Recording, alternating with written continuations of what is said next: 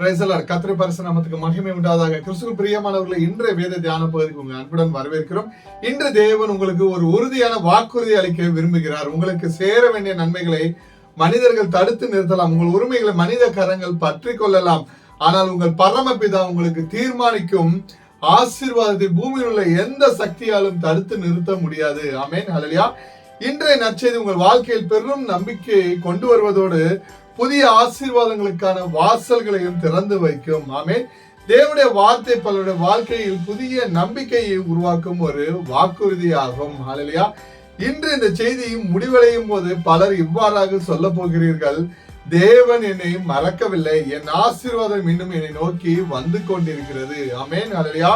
இன்று நாம் தியானிக்க போகும் தேவனுடைய வார்த்தை ஆதியாகமம் 35ஆம் அதிகாரம் 12ஆம் வசனம். வாசிப்போம். நான் ஆபிரகாமுக்கும் ஈசாக்குக்கும் கொடுத்த தேசத்தை உனக்கு கொடுப்பேன், உனக்கு பின் உன் சந்ததிக்கும் இந்த தேசத்தை கொடுப்பேன் என்று சொல்லி வாக்குறுதி அளிக்கிறார். ஹல்லேலூயா. இந்த உலகத்தில் நாம் அடிக்கடி கேட்கும் சில வார்த்தைகள்: எனக்கு கிடைக்க வேண்டியது வேறு ஒருவருக்கு கிடைத்து விட்டது, என் வாழ்க்கையில் மட்டும் ஏன் இவ்வளவு தாமதம், நான் ஜெபிக்கிறேன் ஆனால் எதுவுமே நடக்கவில்லையே. இந்த எண்ணங்கள் பல நேரங்களில் நம் விசுவாசத்தை பலவீனப்படுத்துகின்றன. ஆனால் இன்று தேவன் உங்களிடம் கூறுகிறார்: நான் உனக்கென்று வைத்திருப்பதை யாராலும் எடுத்துக்கொள்ள முடியாது. ஆமென், ஹல்லேலூயா. ஆதியாகமம் 35ஆம் அதிகாரத்தில் யாக்கோபு நீண்ட பயணத்துக்கு பிறகு பெத்தேலுக்கு வருகிறார். போராட்டங்கள் சூழ்ந்திருந்த அந்த மனிதனிடம் தேவன் மீண்டும் தோன்றி பழைய வாக்குறுதிகளை புதிதாய் உறுதிப்படுத்துகிறார். எனக்கு பிரியமானவர்களே, அது ஒரு நிலத்தை பற்றிய வாக்குறுதி மட்டுமல்ல, அது தேவனுடைய மாறாத உண்மைத்தன்மை பற்றிய அறிவிப்பாகும். ஆமென்.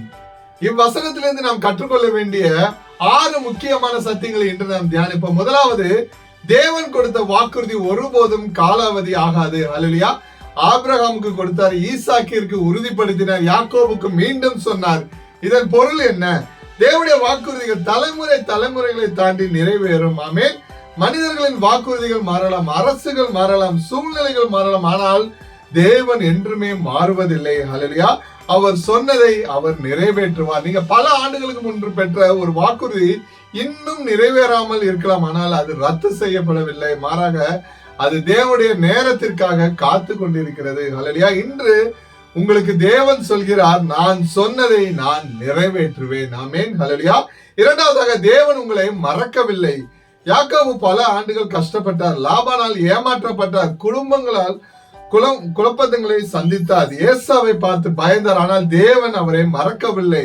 இன்றும் பலர் தேவன் என்னை மறந்து விட்டார் என்று கேட்கிறார்கள். இல்லை, எனக்கு பிரியமானவர்களே, தேவன் உங்களை மறக்கவில்லை. நீங்கள் கண்ணீரில் ஜெபித்த ஒவ்வொரு ஜெபத்தையும் அவர் நினைவில் வைத்திருக்கிறார். நீங்கள் யாரிடம் சொல்லாத வேதனையை அவர் அறிவார். ஹல்லேலூயா. ஏசாயா 49ஆம் அதிகாரம் 16ஆம் வசனத்தில் உங்கள் பெயர் தேவனுடைய உள்ளங்கையில் எழுதப்பட்டுள்ளது என்று குறிக்கப்பட்டுள்ளது. ஹல்லேலூயா. ஆமென்.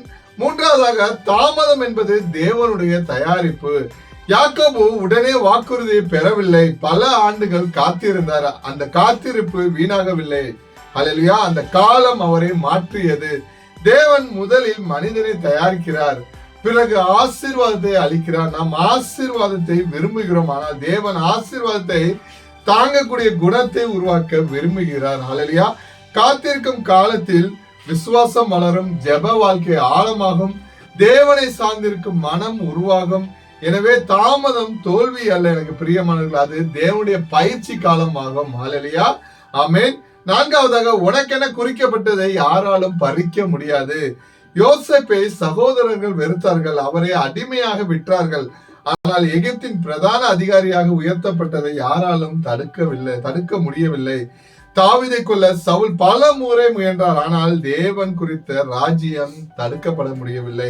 எஸ்தரை அழிக்க சதி செய்தார்கள், ஆனால் தேவன் அவளை ஒரு தேசத்தின் ரட்சிப்புக்கான கருவியாக மாற்றினார். அதே போல உங்கள் வாழ்க்கைக்காக தேவன் குறித்திருக்கும் வேலை, ஊழியம், குடும்பம், ஆசீர்வாதம், குணமாக்குதல், சமாதானம், சாட்சிக்கான வாழ்க்கை, இவற்றை எந்த மனிதனும் நிரந்தரமாக தடுக்க முடியாது. தேவன் திறக்கும் கதவை யாராலும் மூட முடியாது. ஆமென்.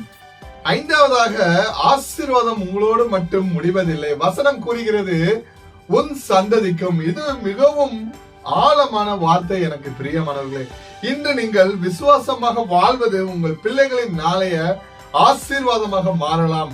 உங்கள் ஜெபம் உங்கள் சந்ததியின் பாதுகாப்பாக மாறலாம். ஒரு நீதிமானின் கீழ்ப்படிதல் பல தலைமுறைகளுக்கு ஆசீர்வாதத்தின் கதவுகளை திறக்கும். ஆமென். ஆறாவதாக பெத்தேலுக்கு திரும்பிய பிறகு வாக்குறுதி மீண்டும் ஒலித்தது. அல்லேலூயா.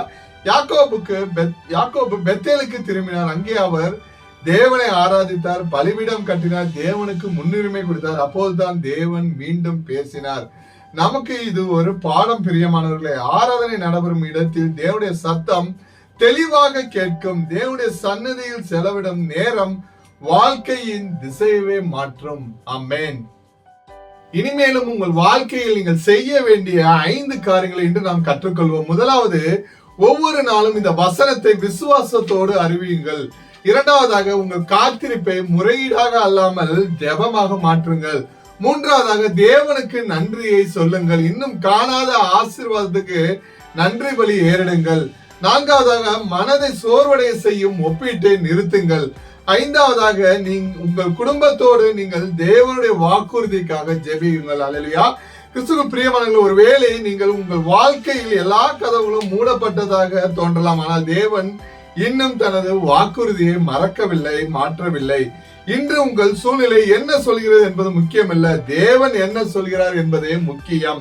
அவர் இன்று அறிவிக்கிறார், உனக்கென குறிக்கப்பட்ட ஆசீர்வாதம் உன்னை தேடி வரும். ஆமென். ஹல்லேலூயா. அதை மனிதன் தடுக்க முடியாது, பிசாசு பறிக்க முடியாது, சூழ்நிலைகளை அழிக்க முடியாது. ஏனெனில் அது சர்வ வல்லமுள்ள தேவனால் குறிக்கப்பட்ட ஆசீர்வாதம். ஆமென். ஹல்லேலூயா. எனவே பயப்படாதிருங்கள், விசுவாசத்தை விட்டு விடாதீர்கள், ஜெபத்தை நிறுத்தாதீர்கள். தேவனை நம்புங்கள், அவர் ஆரம்பித்த நற்கிரிகைகளை முழுமையாக்குவார். ஹல்லேலூயா. ஆமென். ஜெபிப்போமா? கண்களை மூடி தேவ பிரசன்னத்தை உணர்ந்து ஜெபிப்போம். ஹல்லேலூயா. அன்பின் பிதாவே, பரலோக தேவனே, இந்த காணொலியை பார்த்து கொண்டிருக்கும் உம்முடைய ஒவ்வொரு பிள்ளைகளுக்காக நாங்கள் ஜெபிக்கிறோம் ஐயா. ஆதியாகமம் 35ஆம் அதிகாரம் 12ஆம் வசனத்தில் நீர் யாக்கோபுக்கு அளித்த வாக்குறுதியை போல எங்கள் வாழ்க்கைக்காக நீர் குறித்திருக்கும் ஒவ்வொரு ஆசீர்வாதம் உரிய நேரத்தில் நிறைவேறும்படி கிருபை செய்வீராக அப்பா. காத்திருக்கிறவர்களுக்கு பொறுமையும், சோர்ந்து போகிறவர்களுக்கு புதிய பலனையும், பயப்படுகிறவர்களுக்கு தைரியத்தை நீ தருவீராக ஆண்டவரே. எங்கள் குடும்பங்களை ஆசீர்வதித்து எங்கள் சந்ததிகள் உம்முடைய வழிகளில் நடக்க அருள் புரிவீராக ஐயா. எங்கள் வாழ்க்கையை உங்கள் வாக்குறுதிகள் சாட்சியாக விளங்கட்டும்.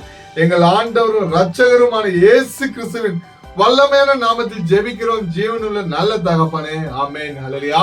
கிறிஸ்துவுக்குள் பிரியமானவர்களே, இந்த நற்செய்தி உங்களுக்கு ஆசீர்வாதமாக இருக்கும் என்று கர்த்தருக்குள் நான் விசுவாசிக்கிறேன்.